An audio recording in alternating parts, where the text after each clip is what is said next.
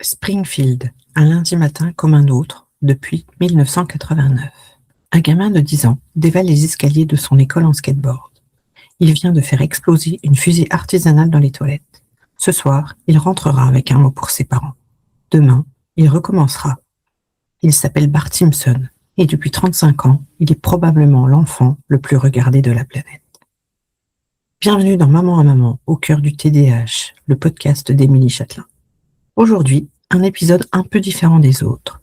Pas une femme qui a réellement existé, un enfant qui n'existe pas et qui pourtant, dans des millions de foyers, ressemble à s'y méprendre au vôtre.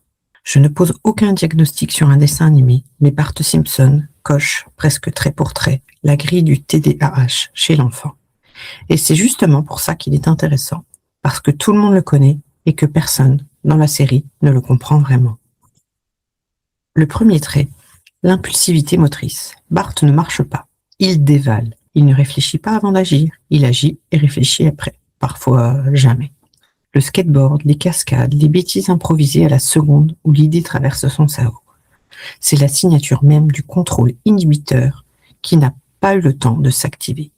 Ce n'est pas de la provocation calculée, c'est un cerveau qui passe à l'action avant que le frein soit posé. Le deuxième trait, la punition qui ne marche jamais. Combien de fois voit-on Bart écrire la même ligne 100 fois au tableau? Et combien de fois recommence-t-il le lendemain? Ce n'est pas qu'il ne comprend pas la punition, c'est que la répétition punitive ne construit aucune compétence chez un cerveau TDAH.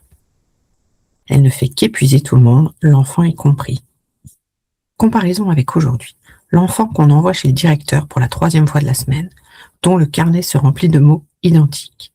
On l'appelle le clown de la classe, le perturbateur. Personne ne se demande ce que ce corps réclame.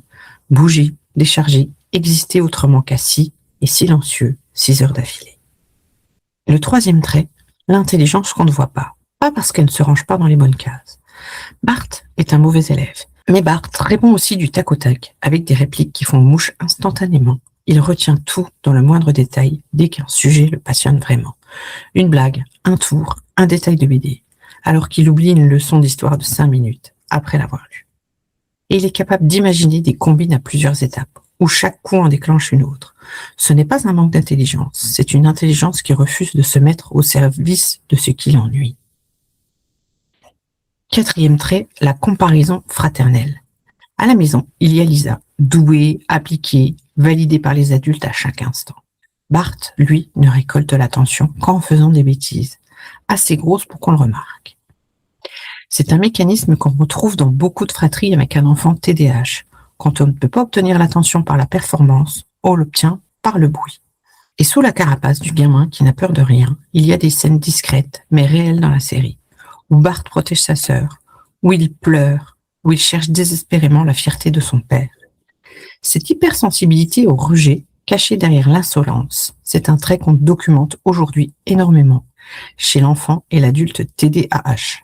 Alors non, je ne dis pas que Bart Simpson a un TDAH. Je dis que si votre enfant a un peu de Bart en lui, l'agitation, l'humour comme arme, les bêtises qui reviennent malgré des punitions, l'intelligence qui se manifeste ailleurs qu'à l'école, ce n'est pas un gamin cassé. C'est un cerveau qui cherche encore le bon canal pour s'exprimer. Le vôtre n'est pas un dessin animé, mais il mérite qu'on cherche avec lui ce canal-là. À très vite.